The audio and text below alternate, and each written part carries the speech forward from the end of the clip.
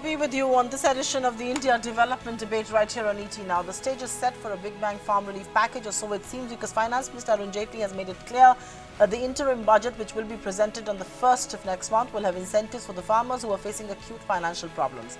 Jaitley's statement doesn't come as a surprise, considering the electoral setback that the BJP faced in the Hindi heartland recently was on account of the farm crisis. ET Now was the first to report that the Modi government is working on a plan for a 10,000 rupee payout to each farmer family across the country. An alternative proposal is the subsidy payment of 4,000 rupees for each acre of cultivable land, a lot like what Telangana does. Although the farm bailout will have a huge bearing on the fisc, with elections just around the corner, the government doesn't have much of an option, it seems. The big farm bailout and what it means for the economy and politics is exactly what we're discussing on the India Development Debate this evening. Joining us on the show is a special panel. I've got specialists, experts, and of course two politicians who join us as well.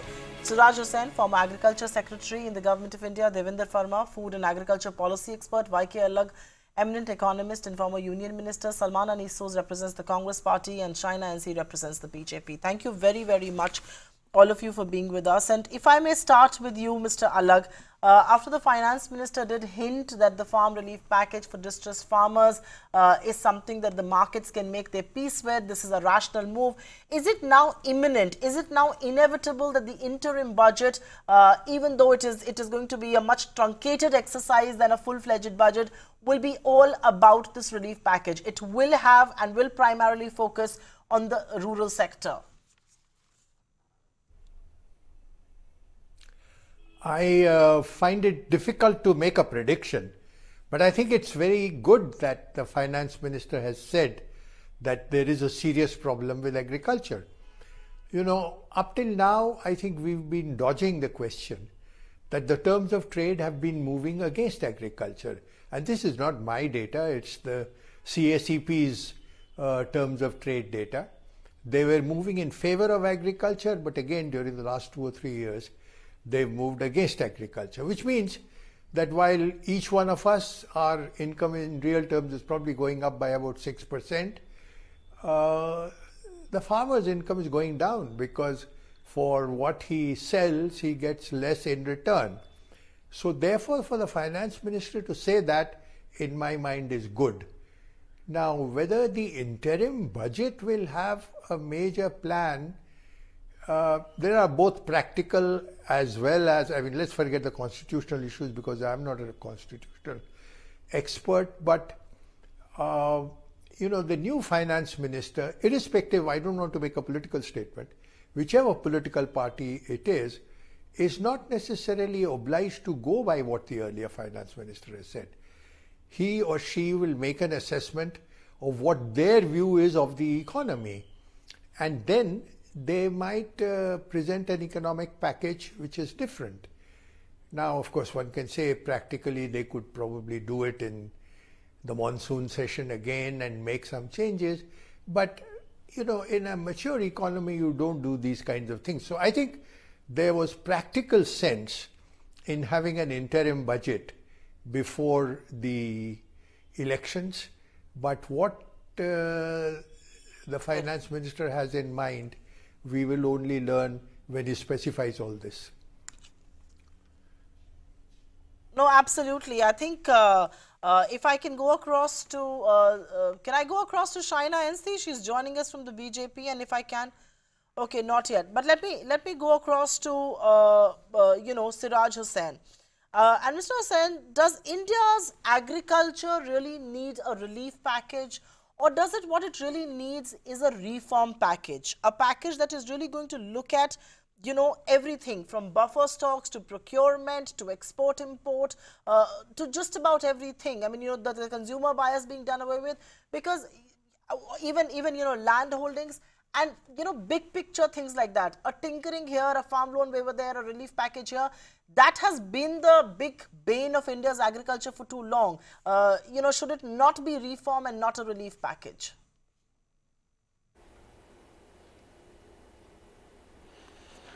Actually, now the time before the government is too short for any meaningful and considered policy package.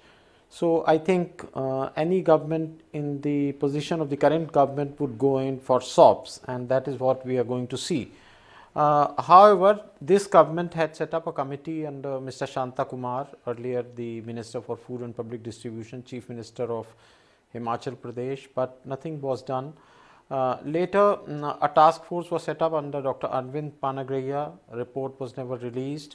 Then we have this multi-volume recommendations of Dalwai committee. So it is not that government is short on recommendations. It is just that agriculture is going to take a little longer to get its problems addressed. And in the short term, we may see something for the elections, but that is not really going to address most of the issues.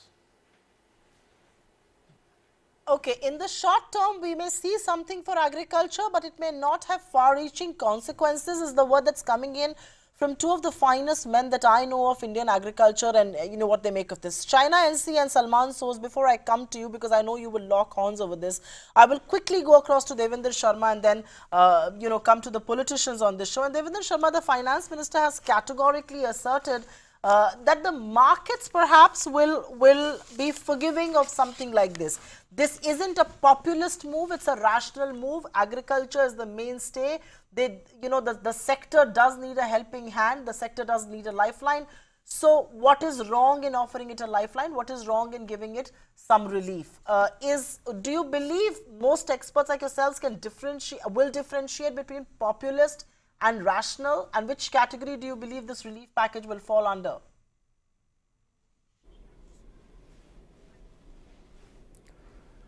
Well, first of all, I am very happy that the finance minister has accepted there is a serious crisis in agriculture and it needs immediate relief measures.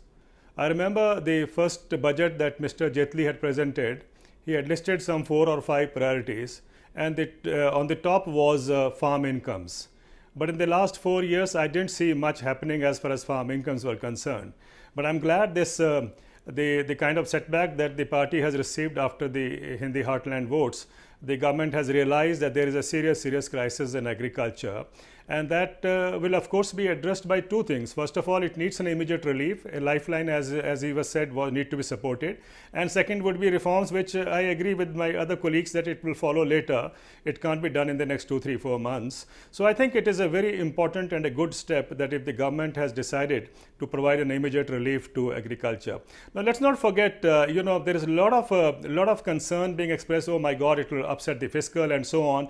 I don't know. In 2008, 2009, when the industry was given after the global meltdown, it was given a package, economic stimulus package of 1,86,000 crores, which still continues, which means 18,60,000 crores has gone to the industry for the past 10 years. Nobody talked about fiscal.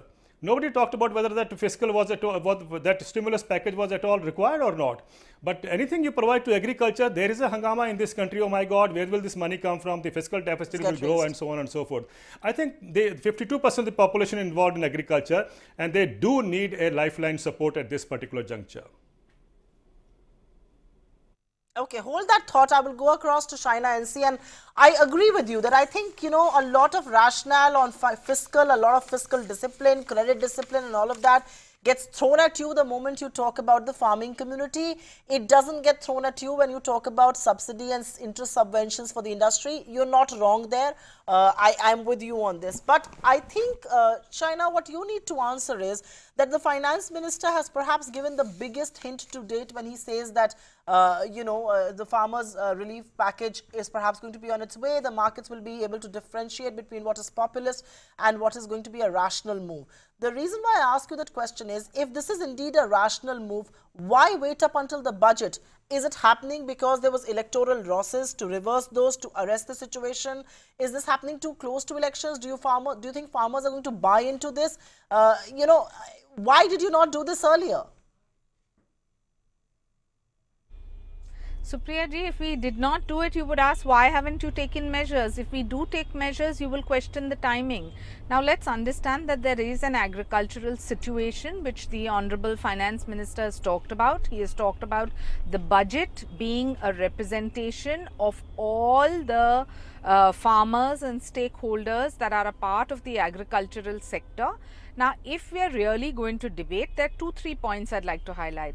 Time and again, we have seen that previous governments have only given freebies, subsidies and SOPs. That is not a long-term measure. That is a momentary measure, whether it's a loan waiver, and now it seems to be the norm, whether we started with Maharashtra, Uttar Pradesh, and now all the other states have announced 2 loan waivers. That is one aspect. But if you ask any of the experts on your panel, they will tell you long-term solutions means there should be better crops, better irrigation, systemic infrastructure, better yojanas like pension schemes, insurance schemes, doing away with the middleman, doing away with the people who used to be the go-betweens between the farmer and the end consumer, and of course MSP, which our government is very committed towards. So for all those people who are constantly giving suggestions, yes, they are welcome, but to implement these policies in a country as large and diverse as India takes a lot of time.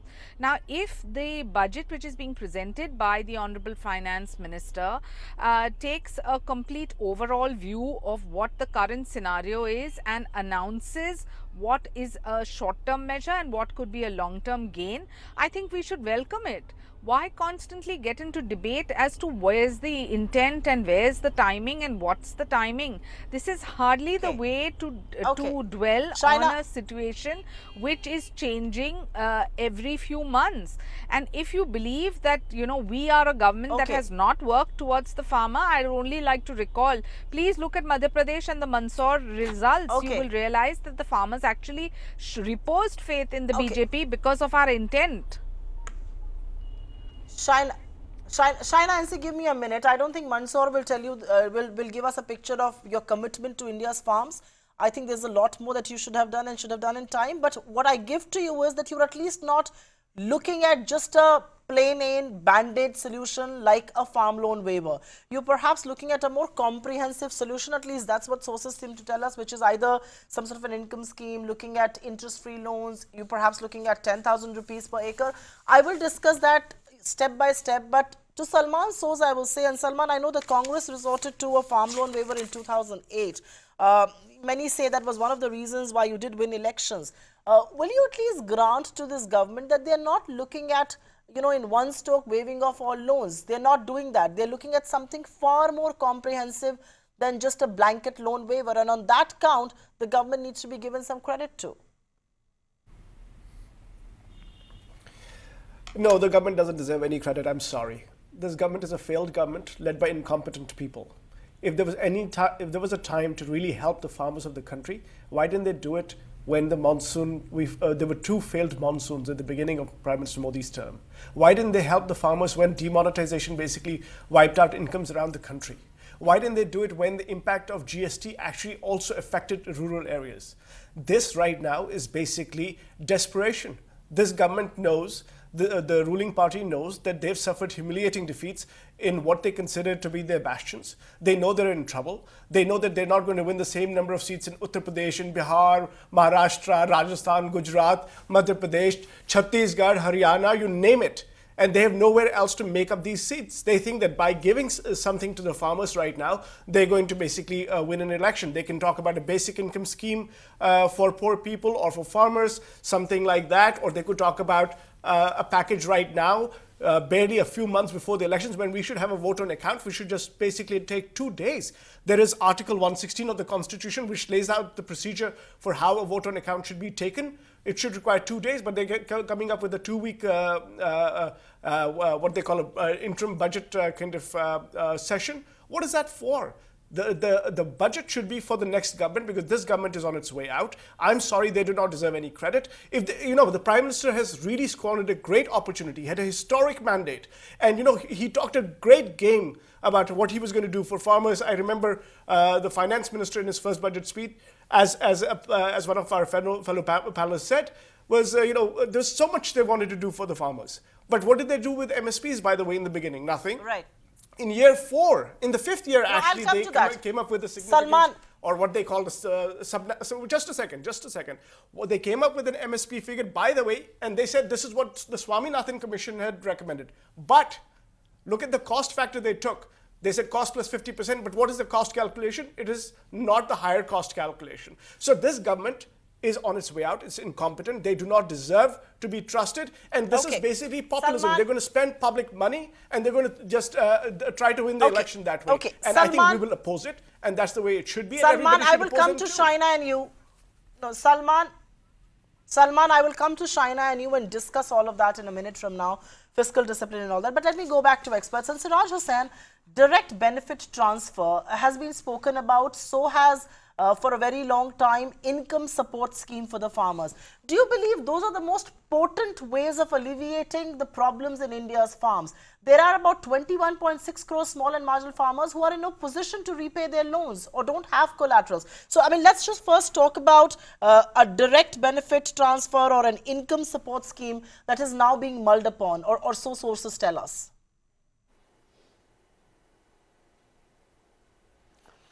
Actually, we have written about it. Compared to loan waivers and price deficiency payments, we feel that an investment support scheme on the pattern of Telangana or Odisha is easier to implement and administratively superior, and it is not crop distorting. So, as a result of these factors, we find that an investment support scheme is better. It is also compatible with WTO commitments made by India. However, and I would like to emphasize that, however, we should not think that it is going to address the problems of Indian agriculture. Mr. Sharma is from Punjab, and he knows that the farmers of Punjab and Haryana, for them, you know, this 4,000 or 5,000 rupees per acre is nothing. What they need is a solution to their water woes, which, you know, is much more complex than you know, what the government proposes to do by way of investment support. So, there are a lot of things which need detailed deliberations, and this is one easy and administratively simpler way of transferring money. So, it's okay during election time, but I think after the elections we will need more detailed discussions. Okay, we will need more detailed discussions after elections. This has been suggested. But Mr. Sharma, there is also some buzz of interest-free loans of up to 3 lakh rupees to the small and marginal farmers. Is that going to be helpful at all? And are loans really the answer? Because the government already provides an interest subsidy to farmers who repay their loans on time. I mean, you know, once again, the discussion on agriculture is going back to loans. Thankfully, it's not waivers, but we're looking at interest fee, collateral fee, and all those sort of loans.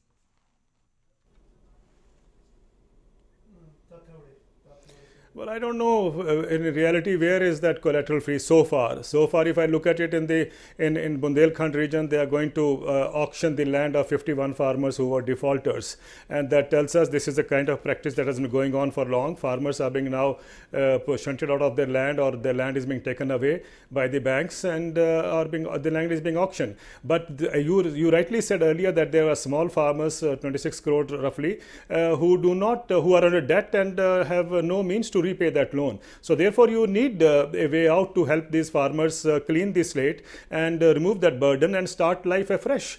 So I think that's a right step. But I would like to have a more balanced kind of a credit policy where the loans of farmers are clubbed with the loans of the corporates. When the corporate loans are written off, no state government is under burden to repay it back, or no fiscal deficit or no fiscal burden on the state governments. But when the farmer loans are written off, both draw loans from the same source. It is the states which are under pressure to pay back. Now, why should that happen? Why can't the corporate loans and farmer loans be put in one category? Let the banks recapitalize like they do it for corporates. I think we need a broader reform as far as this part is concerned, the credit policy. But on the other hand, the DBT and the direct income support, I am a little worried because I see many economists saying that the food subsidy and the fertilizer subsidy should go, and instead we should have direct benefit transfer being made to farmers, which is okay, but they are clubbing it with direct income support. There's a difference between direct benefit transfer and direct income support. I only hope that the government doesn't end up the DBT being named as a direct income transfer. Okay, give me a minute, because I think one more point that I want to raise with Mr. Alag is, and then of course we'll talk about banks with the politicians. Collateral-free loans that are being spoken about, and Mr. Sharma has his reservations that one doesn't really see them, and why should the farm loans not be clubbed with corporate loans and all of that. But collateral-free loans be given without a credit guarantee scheme in place or mechanism in place. Is that going to be a risky proposition? Do you believe collateral-free loans are going to help? Do you believe interest-free loans is an answer to India's farming woes? And what kind of population does this cover? Because we are essentially now really talking about people who have agricultural land holdings, but large parts of India's farming community, landless laborers, don't have access to land. They don't have land holdings of their own.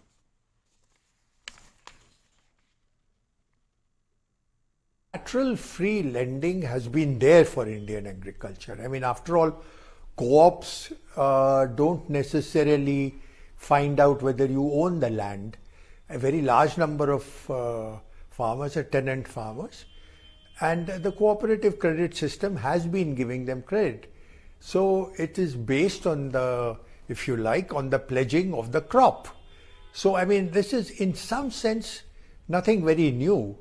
If you are talking about large farmers and their investment to what earlier we were talking about land development banks, in other words, you are talking about investment in machinery or in water withdrawal instruments, then I think there is something to be said for that. But otherwise, I mean, I don't know in what sense is this collateral-free business a new thing, because co-ops have always been giving loans against a standing crop.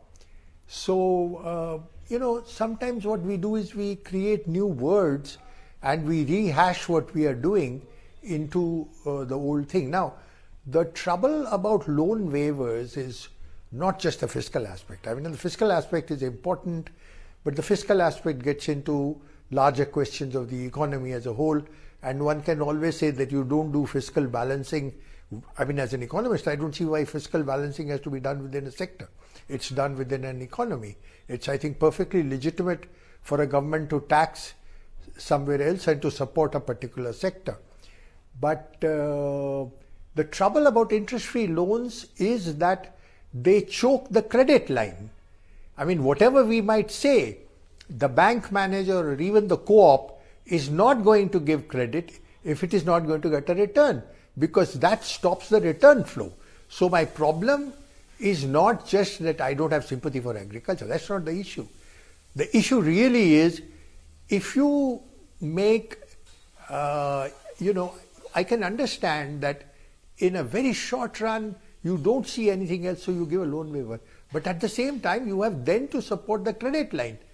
So the cost of that has to be borne by the state. You can't let the banks or the co-ops bear it, because they won't. And they will choke the credit line, which is precisely what happens.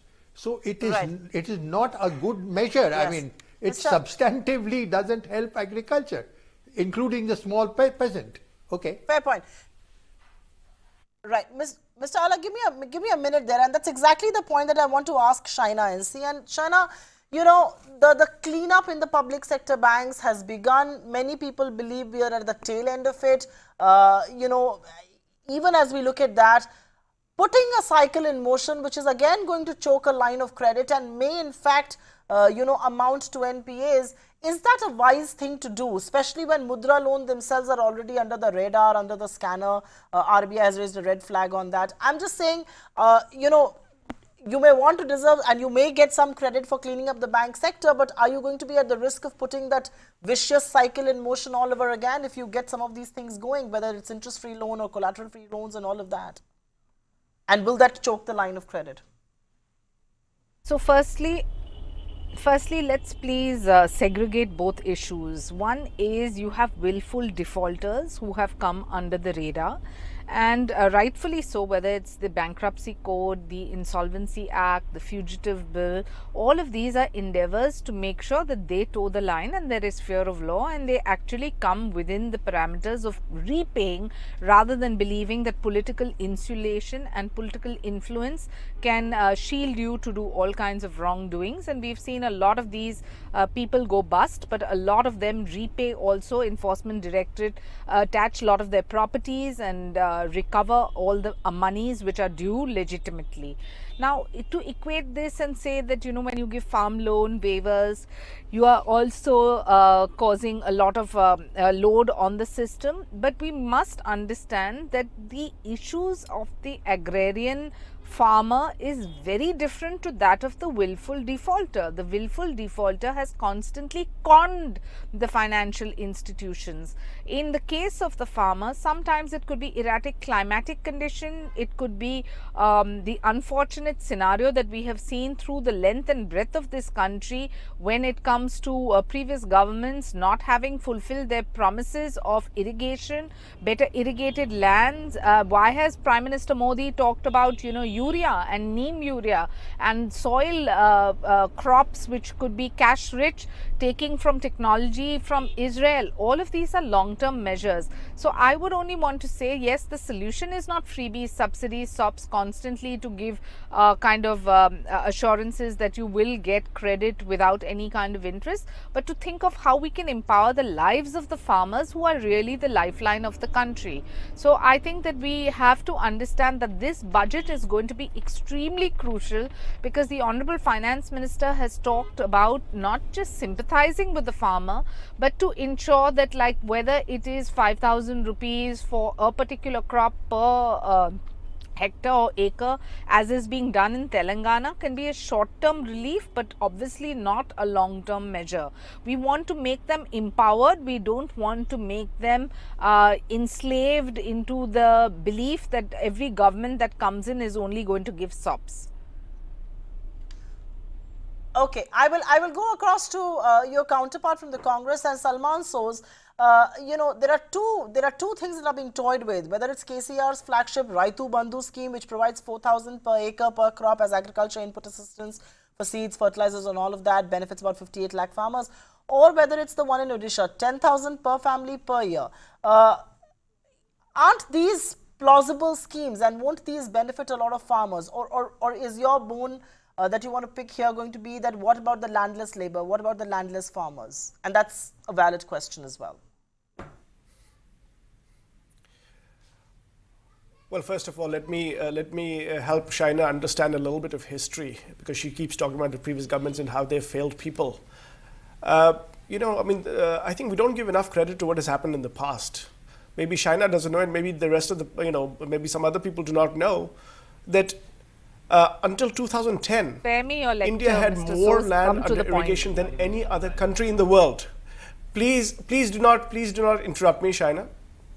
Until 2010, India had more land under irrigation than any other country in the world. Okay? That is what previous governments have done for this country. So please spare me your, the whole world started in 2014. Now, I want to ask one basic question, and that is, in 5 years, why were some of these things not done? Why are the reforms that were promised in agriculture, which is such an important sector for our country, where almost 50% of the population finds its livelihood? Why did we not, when the Prime Minister had such a wonderful mandate, such a strong political mandate, why did he not focus attention on the plight of farmers? Why are we talking about this after 5 years, just before the election?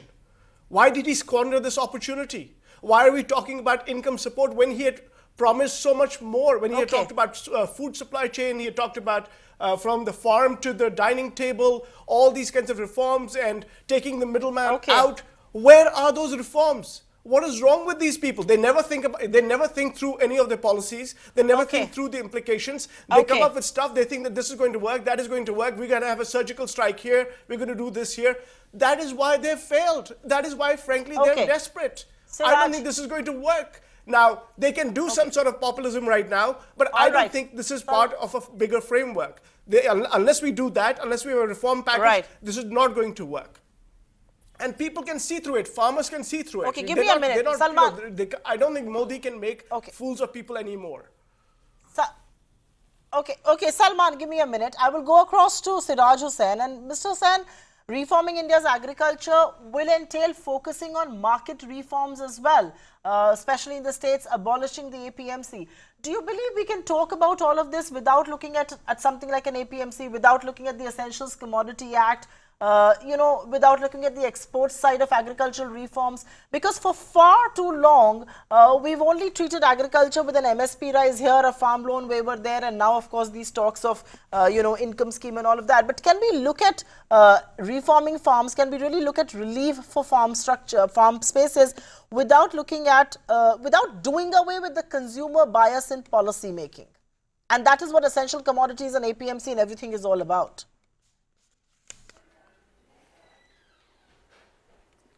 Yes, we have written about it, the Essential Commodities Act and other trade restrictions on export which are imposed by governments from time to time in order to check inflationary trends in food economy. However, we must remember that APMCs, unless you have a substitute, it would be a disastrous idea to abolish APMCs. We know that there is no APMC structure in Bihar, and the farmers have to sell their produce at very cheap rates. So, what we need is competition. So, maybe the government has to allot land to private sector for mandi so that the farmers have a choice of going to either a government controlled APMC or a private mandi. In fact, in Delhi, this government in its very first year allowed trading in horticultural commodities outside the Azadpur mandi, and that has helped a lot. Unfortunately, it has not been documented, but I think it has helped. So, what we need is a whole lot of reforms in marketing, but I think all this will only be considered by the new government.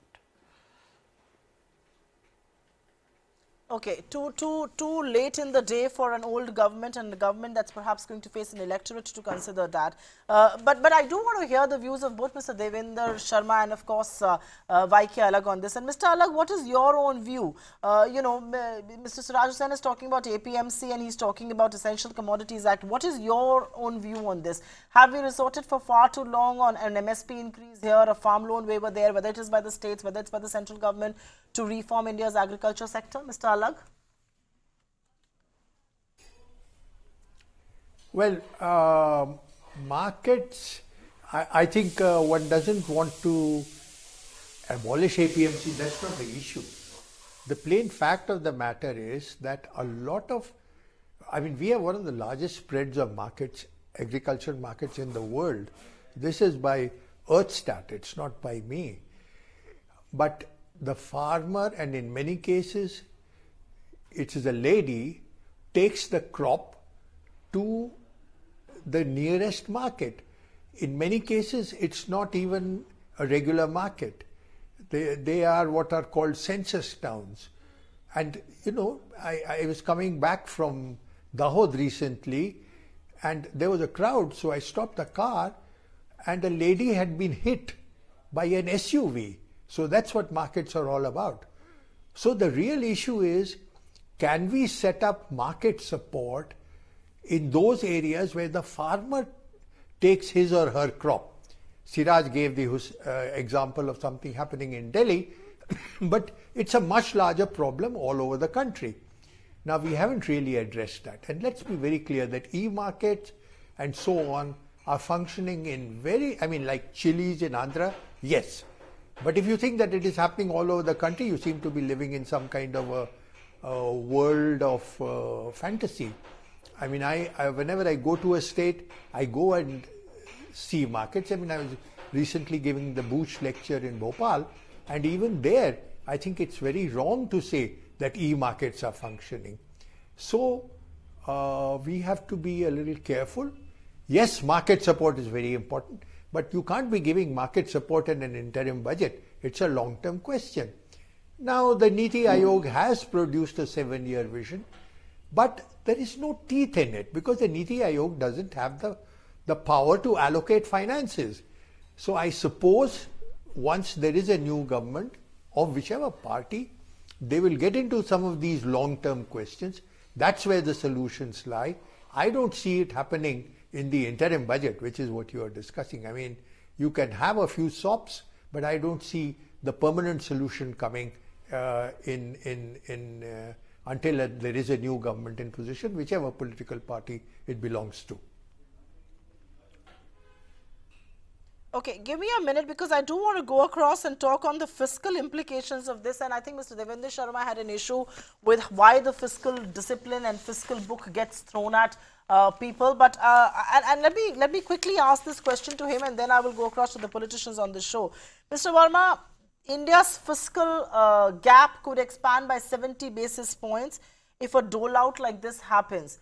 Fiscal a higher fiscal deficit eats into investments, it inflates prices. It is not good in the long term for anybody, and which is why one wonders, a move like this and the fiscal implications of this, what a tightrope walk is this really going to be? Mr. Sharma. Well, I think the time has come. Well, I think the time has come when we need to redraw the fiscal balance sheet again. And we need to look at the FRBM Act, the Fiscal Responsibility and Business Management Act.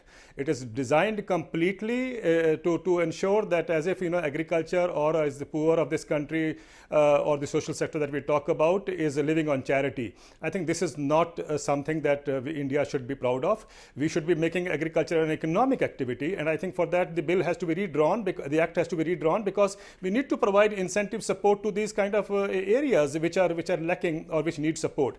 Now, why I said this is because when I talk of fiscal deficit happening, fiscal deficit in agriculture and fiscal deficit happening in other areas, as I said earlier, the moment you talk about agriculture, the question comes up is, where will the money come from? Now, look at the 7th Pay Commission. The Credit Suisse Bank says that when 7th Pay Commission is implemented across the country, it will mean an additional burden of 4,80,000 crores every year. Now, please tell me who raised this point about fiscal deficit then? Nobody talks about fiscal deficit when it comes to the Pay Commission. Nobody has ever said where will the money come from. But if I were to say that give 4,80,000 crore to the farmers, everybody will be up in arms saying, where will the money come from? So this kind of deliberate effort that we have created, or this kind of scene that we have created all these years, I think needs to be revisited. We need to redraw the fiscal map of this country, and agriculture cannot be taken as a charity anymore. Okay, agriculture cannot be taken as a charity anymore is the word that's coming in from you. But I want to go across to the ruling benches. And Shaina, there is a revenue shortfall of over 1.5 lakh crore rupees on account of the GST. The collections will be less by a month this year. Can the fisc bear the burden of this? The finance minister is right in saying that the sector needs a helpline. Nobody denies that. But is it too late in the day to offer the helpline? And also, it is going to be seen as a populist move because the fisc is going to expand on this account. Can you afford to let that happen, given that there is already a revenue shortfall that is being projected?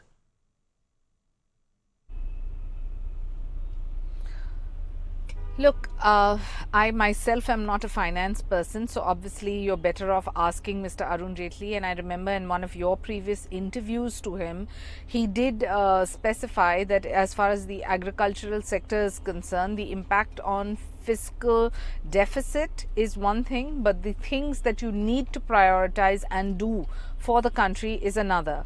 So I wouldn't suggest that this is some kind of a tug of war between a political compulsion and what one would believe that one should do as a country's finance minister.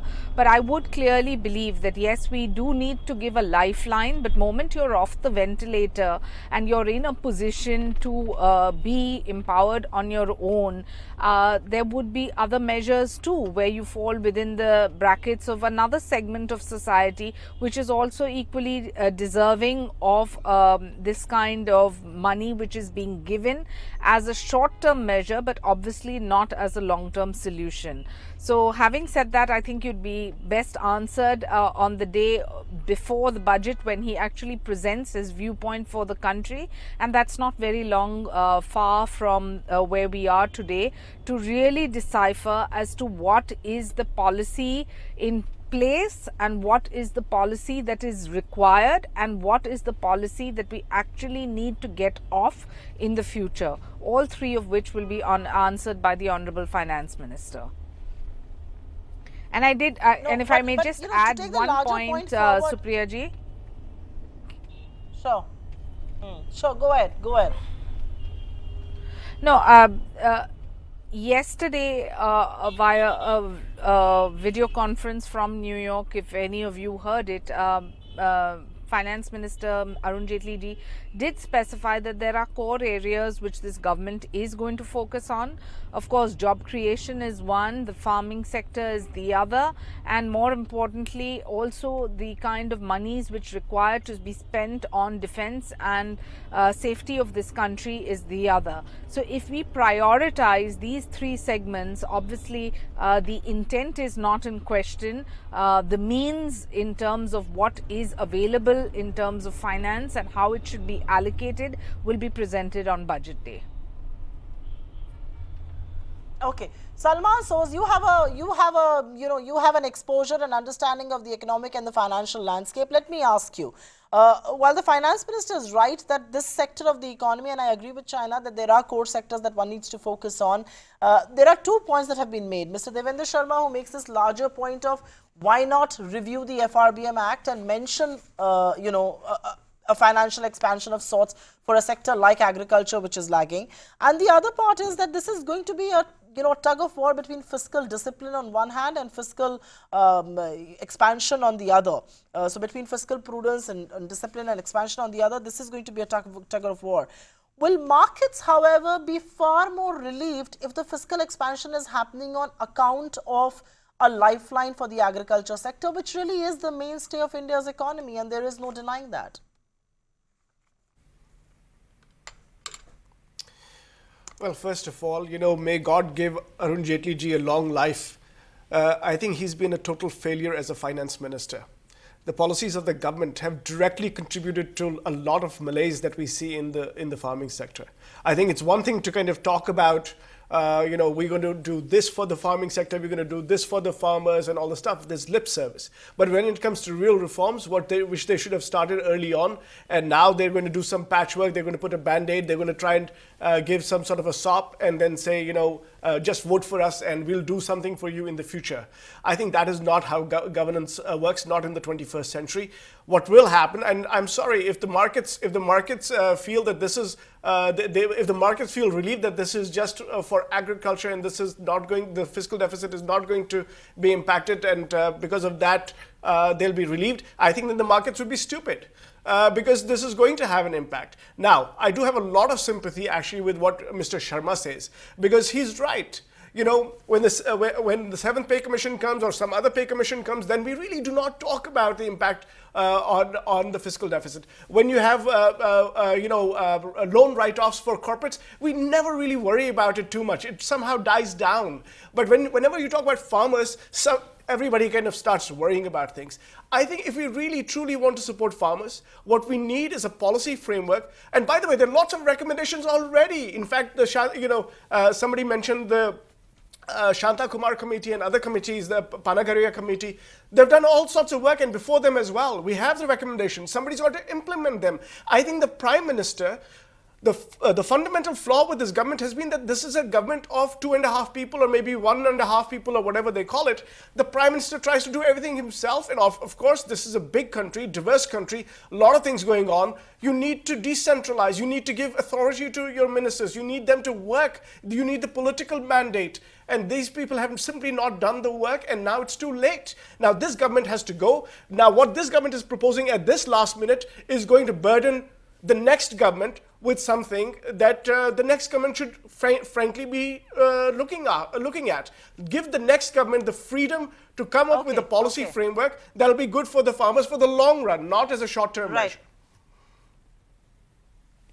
Okay, give me a minute, Shaina and Salman Soos. Let me take this across to Mr. YK Alag. And sir, one of the points that I did want to bring early on into this discussion, that, everybody says India's farming crisis and all of that. But is it really debt that's killing India's farmers? Is the situation really bad?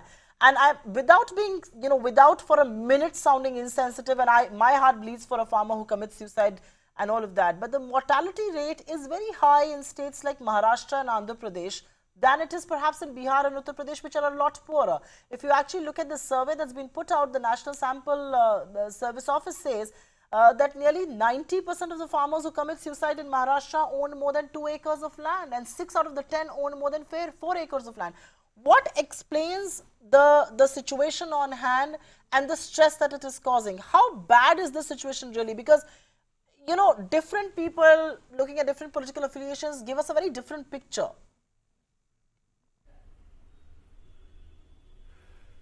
Well, the farmer suicides, we know, you're absolutely right. It is not the poorest farmer.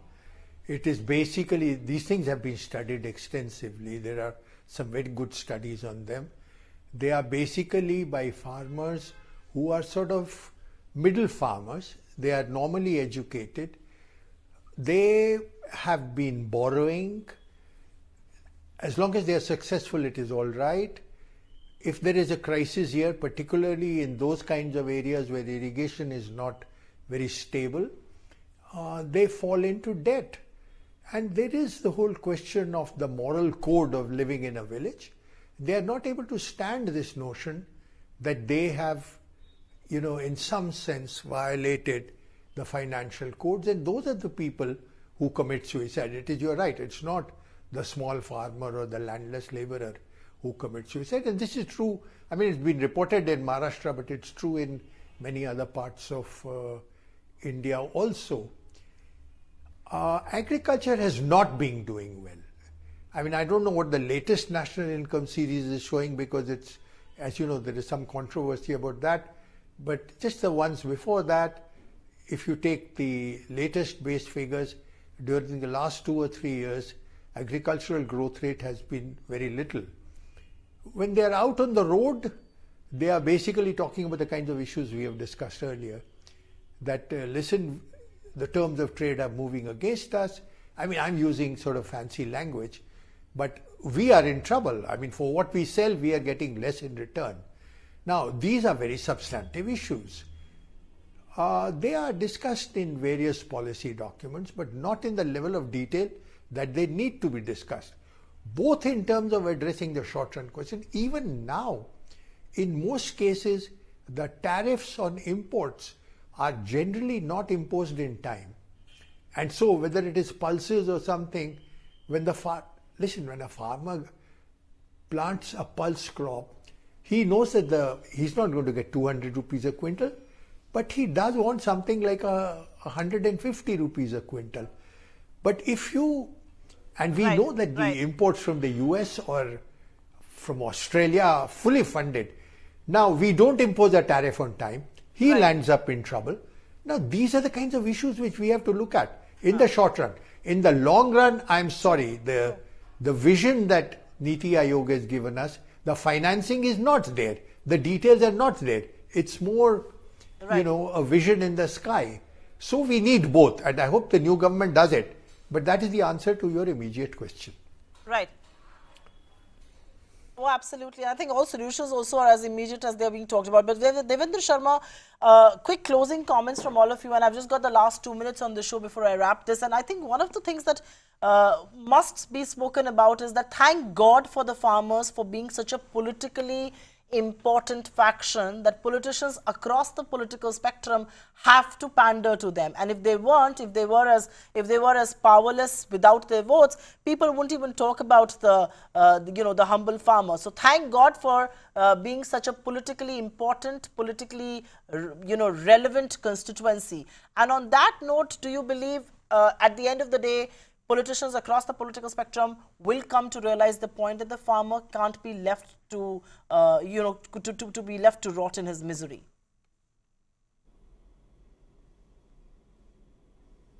Well, I completely agree with you that the political power the farmers have demonstrated, especially during this election, the last election, is really catapulted the entire issue to the center stage. And I think that is very crucial, very important. And I hope they continue with this kind of demonstration of their political strength in the future also, for the governments to be on track. Otherwise, the governments are not at all interested in agriculture. Once the government is formed, they're only interested about industry and nobody else, or the employees.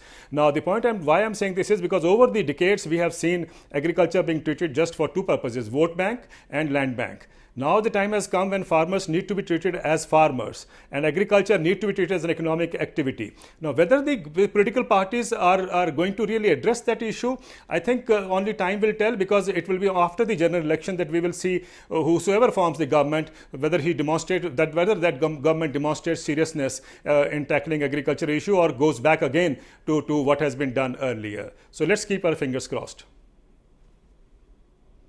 Let's keep our fingers crossed, but I've completely run out of time here on the show. I can't thank this wonderful panel enough to bring their insights, their perspective on agriculture, the two politicians who slug it out. But of course, you know, the solutions do lie with the political class, and we do hope some long-lasting, permanent solutions will come to the aid of Indian agriculture than just band-aid solutions, relief packages. But one thing is certain, I think the biggest hint that the finance minister has dropped is that there will be a lifeline for the farming community in the interim budget. It is not going to be such a small token exercise. It may not be a full-fledged budget, but wait and watch. It is not going to be an exercise in futility as well. So thank you very, very much, Salman Soos, Shaina NC, Mr. Siraj Hussain, Mr. Devinder Sharma, and of course Mr. YK Alag, on top of everybody, for joining us on this edition of the India Development Debate.